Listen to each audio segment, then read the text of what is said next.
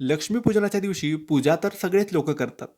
पण त्या दिवशी कोणते मंत्र जप करावे, कोणती सेवा करावी हा प्रश्न सगळ्यांसमोर असतो. भरपूर लोक वेगवेगळ्या गोष्टी सांगतात, हे कर, ते कर.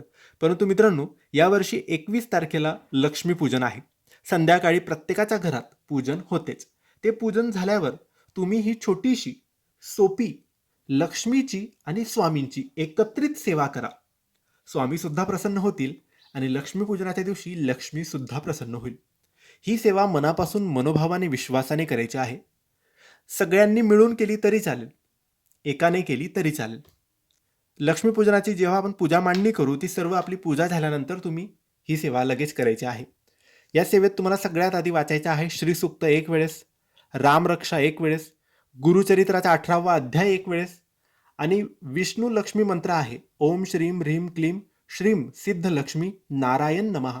या मंत्राचा जप 1 माळ आणि श्री स्वामी समर्थ मंत्र जप 1 माळ करायचा आहे. एकच वेळेस 1 माळ करायची आहे.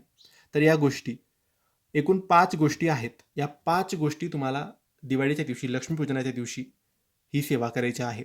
आणि सगळ्यांनी मिळून केली तरी चालेल.